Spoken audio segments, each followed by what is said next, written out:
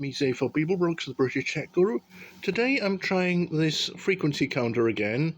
I didn't get great success with it. It was a DIY kit, and I think the kit won very good.